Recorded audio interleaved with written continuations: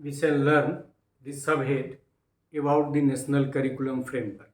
जैसा कि हमने अभी आपको बताया कि डिफरेंट सब हेड्स में जो हमारा national curriculum framework for foundational stage है बांटा हुआ है, उसमें राइटर्स ने या फिर जो स्टीयरिंग कमेटी ने जिसको प्रिपेयर किया है with the help of nation wide consultation, तो उसका एक सब हेड है about the national curriculum framework.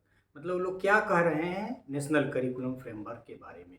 So about the national curriculum framework, this aspect moves further on the line of the forward has initiated.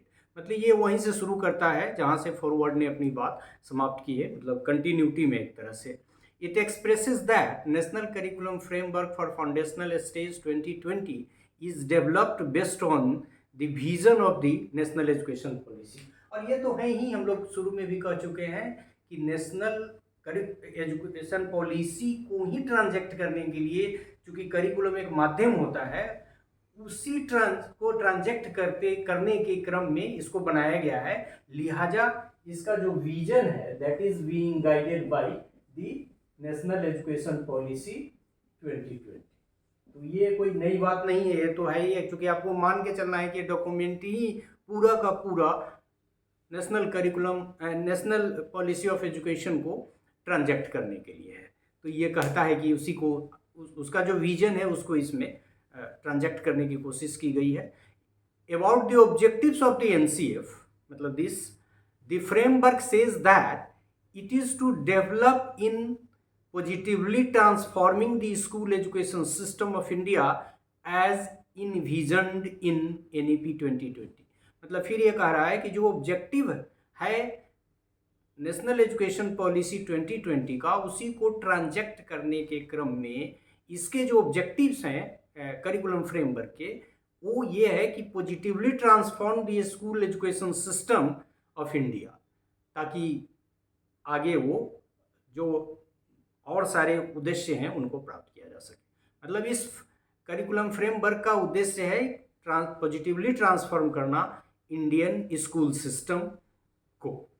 This transformation to be made through corresponding positive changes in the curriculum, मतलब curriculum में change करना पड़ेगा तभी subsequent change या transformation school education system India के होगा, उसकी भी बात कह रहा है। और ये जो चेंजेस इन करिकुलम है उसमें इंक्लूडिंग पेडागोजी भी है। मतलब pedagogy is the science of teaching, मतलब टीचिंग के प्रोसेस को चेंज करने की बात है और करिकुलम को चेंज करने की बात है, ताकि पॉजिटिवली ट्रांसफॉर्म किया जा सके इंडिया का school education system. While talking on the characteristics of National Curriculum Framework for Foundational Stage 2020, the framework asserts that it is to provide the interested reader a reasonable understanding of what education should look like in our new vision for school systems। मतलब ये भी कह रहा है कि जो व्यक्ति जानना चाहता है शिक्षा व्यवस्था को या उसके माध्यम से किए जाने वाले ट्रांसफॉर्मेशन और चेंज के बारे में, उनको एक रीजनेबल अंडरस्टैंडिंग देना है कि एजुकेशन कैसा होना चाहिए और कैसे न्यू विजन ऑफ स्कूल को अचीव किया जाए, उसके बारे में भी इसमें चर्चा है। It further states about why and what role individuals could play in different individual and social roles। मतलब हर व्यक्ति जो टारगेट ग्रुप है या फिर जो एजुकेशन सिस्टम का हिस्सा है, चाहे आप इंडिविजुअल लेवल पे या सोसाइटी का जो रोल है उसके बारे में भी इसमें डिस्क्रिप्शन है कि क्या क्या रोल किनको प्ले करना है। सो far as NCFFS 2020 again talks and finds teacher in a special category and admits indirectly not directly, क्योंकि हमने पहले भी कहा कि बहुत सारा जो एस्पेक्ट है ये टीचर एजुकेशन पे फोकस नहीं है, क्योंकि ये करिकुलम फाउंडेशनल स्टेज के लिए है, टीचर एजुकेशन का नहीं है। तो सब बातें सिर्फ टीचर के रूप में नहीं कही गई हैं, indirectly. So it admits indirectly teacher educations role in the implementation of any educational plan. लेकिन कहीं ना कहीं प्रकारांतर से डॉक्यूमेंट कहता है कि टीचर का प्रिपरेशन और टीचर का क्वालिफिकेशन, क्योंकि वो ट्रांजेक्टर है, और उसकी भी चर्चा इनडायरेक्टली करता है। It asserts that in NCF teacher is the primary focus as teacher is at the heart of the practice of education। मतलब जो कुछ भी आप प्लान करते हैं, पॉलिसी बनाते हैं, उसको ट्रांजेक्ट क्लासरूम तक कौन पहुंचाता है? टीचर। लिहाजा टीचर की भूमिका तो है ही, और ये कह रहा है कि प्राइमरी फोकस टीचर है in the practice of education because they are the transactor. The document admits that it is the perspective of teacher that must be carried by all, including syllabus and content developers, textbook writers, administrations and others।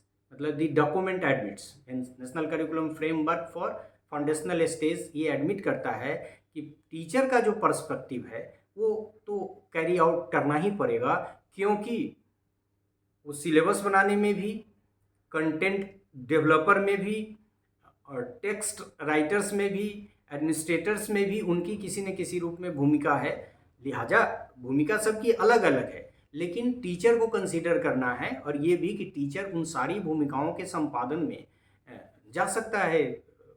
आप teacher ही administrator भी हो सकता है, text book भी writing करता है, content को भी डेवलप करता है।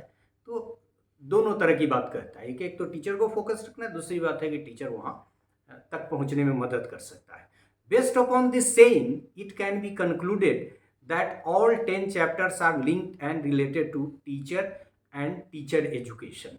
मेरा ये मानना है कि जितनी बातें जिस तरह से कही गई है, हमने शुरू में ही कहा कि डायरेक्टली और इनडायरेक्टली, तो यदि डायरेक्टली प्लस इनडायरेक्टली, एक पार्ट तो है जो बिल्कुल डायरेक्टली है टीचर एजुकेशन पे, बाकी जो रिमेनिंग पार्ट्स हैं वो भी इनडायरेक्टली टीचर एजुकेशन के बारे में कह रहे हैं। ये बातें, ये जो ऊपर का स्टेटमेंट है उसके आधार पे कंक्लूड किया गया है कि 10 चैप्टर्स आर लिंक्ड, मतलब इन सम वे और other all the 10 chapters are saying about the teacher and the teacher education as a concept.